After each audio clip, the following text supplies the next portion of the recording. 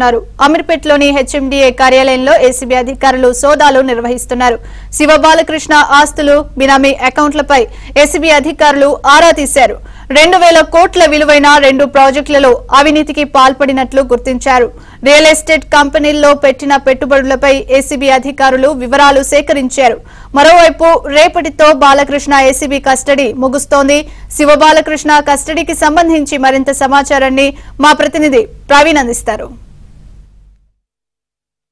ఆదాయానికి మించినటువంటి ఆస్తుల కేసులో ఇప్పటికే అరెస్ట్ అయ్యి మరోసారి కస్టడీకి తీసుకున్న ఏసీబీ అధికారులు 7వ రోజు కస్టడీలో భాగంగా హెచ్ఎండిఏ మాజీ డైరెక్టర్ శివబాలకృష్ణన్ అయితే మాత్రం క్వశ్చన్ చేస్తూ ఉన్నారు. ఇప్పటికే హెచ్ఎండిఏలో జరిగినటువంటి అవకతవకలపైన ఏసీబీ అధికారులు, హెచ్ఎండిఏ అధికారులు కూడా లేఖ రాసినటువంటి పరిస్థితి అయితే స్పష్టంగా కనపడింది. అయితే మరోవైపు హెచ్ఎండిఏ ఫైల్స్ అన్నింటినీ కూడా పూర్తి స్థాయిలో పరిశీలించి హెచ్ఎండిఏ డైరెక్టర్గా ఉన్నటువంటి సమయంలో శివబాలకృష్ణ చేసినటువంటి ప్రాజెక్టులు వాటి అన్నిటిపైన కూడా పూర్తి స్థాయిలో విచారణ కూడా చేసినటువంటి పరిస్థితి నిన్న మనం చూడొచ్చు. అమీర్పేట్లోని మైత్రివనం బిల్డింగ్ లో ఉన్నటువంటి హెచ్ఎండిఏ కార్యాలయంలో కూడా ఏసీబీ అధికారులు సోదాలు కూడా కొనసాగించినటువంటి పరిస్థితి కనపడుతుంది. ముఖ్యంగా ఎందుకంటే హెచ్ఎండిఏ మాజీ డైరెక్టర్గా ఉన్నటువంటి సమయంలో అతను చేసినటువంటి ప్రాజెక్టుల అప్రూవల్ అన్నిటిపైన కూడా పూర్తి స్థాయిలో విచారణ కొనసాగించారు.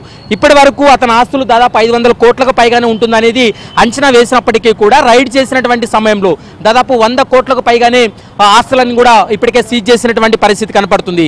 2021 నుంచి 2023 వరకు హెచ్ఎండిఏలో డైరెక్టర్గా ఉన్నటువంటి సమయంలో అనుమతులన్నిటిపైన కూడా కూపీ లాగుతున్నారని చెప్పుకోవచ్చు. మరోవైపు ఇందులో కీలకమైనటువంటి అంశం ఏంటంటే రియల్ ఎస్టేట్ వ్యాపారం చేసేటువంటి వారు కావచ్చు, మరోవైపు రియల్ ఎస్టేట్ వ్యాపారంతో చాలా కన్స్ట్రక్షన్స్ చేశారు కాబట్టి వాటికి సంబంధించినటువంటి అప్రూవల్స్ పై కూడా అనుమతులు ఇవ్వడానికి లంచాల రూపంలో డబ్బులు తీసుకున్నాడు అనేటువంటి అంశాన్ని కూడా ఇప్పటికే ఫిర్యాదులు కూడా రావడం జరిగింది.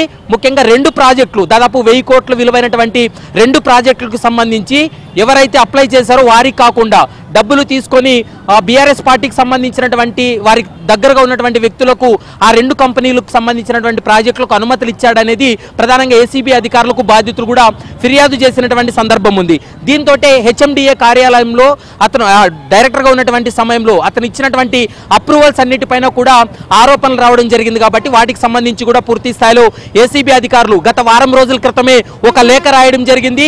అతను పనిచేసినటువంటి సమయంలో వెన్నిటికి అతను అప్రూవల్స్ ఇచ్చాడు, ఆ ప్రాజెక్టులకు సంబంధించినటువంటి వివరాలన్నీ కూడా తమకు ఇవ్వాలంటూ కూడా ఏసీబీ అధికారులు లేఖ రాసినటువంటి సందర్భం కూడా కనపడింది. మరోవైపు నిన్న ఏసీబీ అధికారులు కూడా మనం చూస్తున్నటువంటి హెచ్ఎండిఏ కార్యాలయంలో సోదాలు చేసినటువంటి పరిస్థితి. ముఖ్యంగా ఎన్నికల సమయంలో కూడా అతను దాదాపు 100 ఫైల్స్ కు సంతకాలు పెట్టాడని, 100 ఫైల్స్ కు అప్రూవల్స్ ఇచ్చారనేటువంటి ఆరోపణలు కూడా ఉన్నాయి. కాబట్టి వాటికి సంబంధించి కూడా ఏసీబీ అధికారులు పూర్తి స్థాయిలో విచారణ కొనసాగించారు.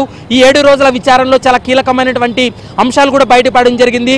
ముఖ్యంగా మాజీ డైరెక్టర్గా ఉన్నటువంటి శివబాలకృష్ణ, అతనికి సంబంధించినటువంటి 2 బినామీలు ఎవరైతే ఉన్నారో వాళ్ళు ఇంకా పరారీలో ఉన్నారు. వారి కోసం గాలింపు చర్యలు కొనసాగుతున్నాయి. ఆ 2 బినామీలు దొరికినట్లయితే మరికొన్ని సంచలనమైనటువంటి విషయాలు కూడా బయటపడేటువంటి అవకాశాలు అయితే కనపడుతున్నాయి. ముఖ్యంగా పుప్పలగూడ, నార్సింగ్లో ఇచ్చినటువంటి 4 ప్రాజెక్టులకు సంబంధించి అవినీతికి పాల్పడ్డాడనేటువంటి అంశాన్ని కూడా ఇప్పటికే ఏసీబీ అధికారులు గుర్తించారు. వాటికి సంబంధించి కూడా పూర్తి స్థాయిలో విచారణ కొనసాగిస్తున్నారు. ఇక బాలకృష్ణతో పాటు మరికొంతమంది అధికారులు కూడా, హెచ్ఎండిఏ అధికారులు కూడా అతనికి వంతబాడారనేటువంటి ఆరోపణలు ఉన్నాయి. కాబట్టి వాటికి సంబంధించి కూడా పూర్తి స్థాయిలో విచారణ కూడా చేసినటువంటి సందర్భం కనపడుతుంది. రేపటితోటి అతని యొక్క విచారణ ముగిసేటువంటి అవకాశం ఉంటుంది. కస్టడీ ముగిసిన తర్వాత అతని జ్యుడిషియల్ రిమాండ్ కూడా పంపిస్తారు.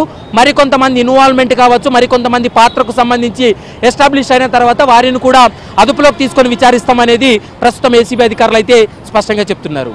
Video journalist Pramod, Praveen Kalavala, ABN Andhra.